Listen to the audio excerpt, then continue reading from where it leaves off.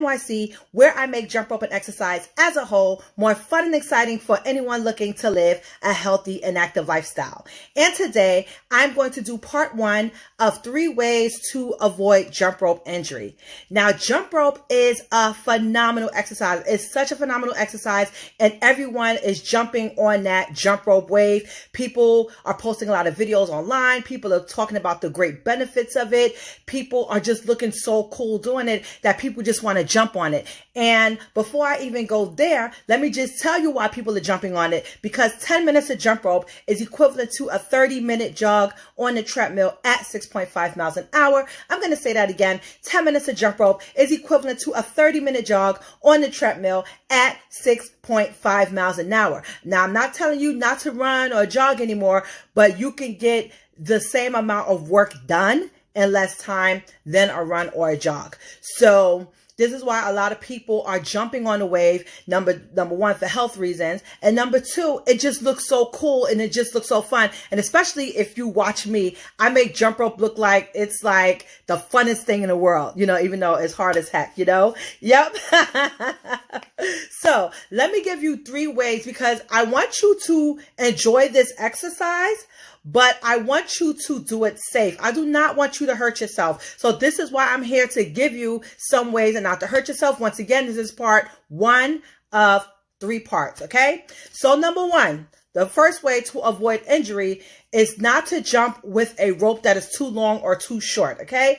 When you're sizing your rope, the rope needs to come to either your armpits, either the very tip of your shoulder, or your chest level. When you're jumping with a rope that's too long, you have to compromise your form to compensate for the length of the rope. So if your rope is too long, you're going to end up holding your arms up in order to hold the rope properly. When you hold the rope should be at your waist level, okay? Or your arm should be at your waist level, not raised up here or having your arm sticking out. That's just not proper form.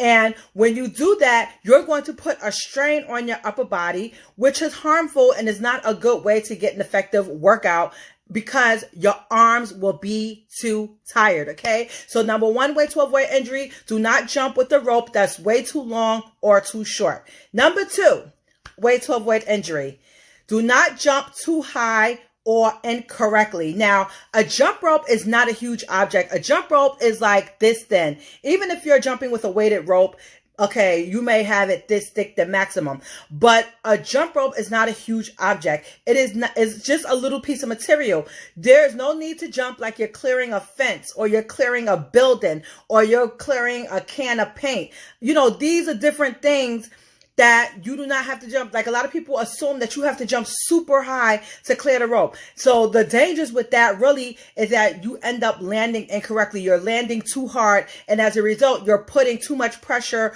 on your knees and on your joints. So you only want to jump high enough to clear the rope, and that's literally like maybe 1 inch to 2 inches off of the ground, okay?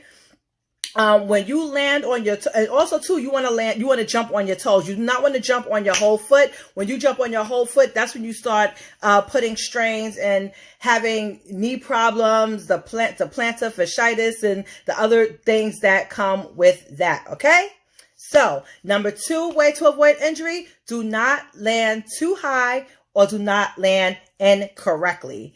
Number 3, do not jump on hard surfaces, okay?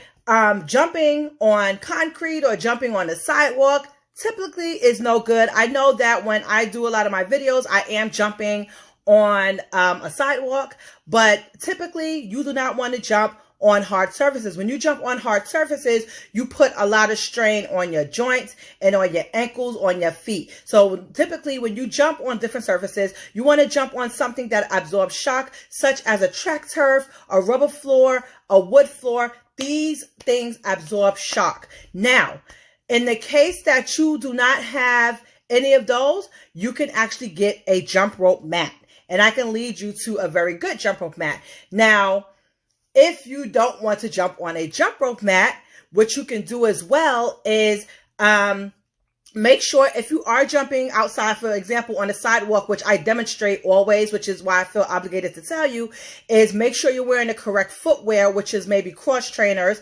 Jump only high enough to clear the rope, and make the jump rope workouts very, very short. So a lot of the times when I'm jumping outside for my fitness workout, I use a weighted rope, and I'm out there for 10 sets of 100, which takes me only about 10 minutes to do. So it's very short, and I'm not putting that much impact on. Okay. So that's reason number 3, how to prevent jump rope injury is do not jump on hard surfaces. So let me just do a quick recap, and in the meantime, I will answer your questions. So if you have questions, put them here. If I can't answer them now, I'll definitely answer them later. So 3 ways to avoid jump rope injury. Number 1, do not jump with the rope that's too short or too long. Number 2, do not jump too high or land incorrectly. And number 3, do not jump on hard surfaces.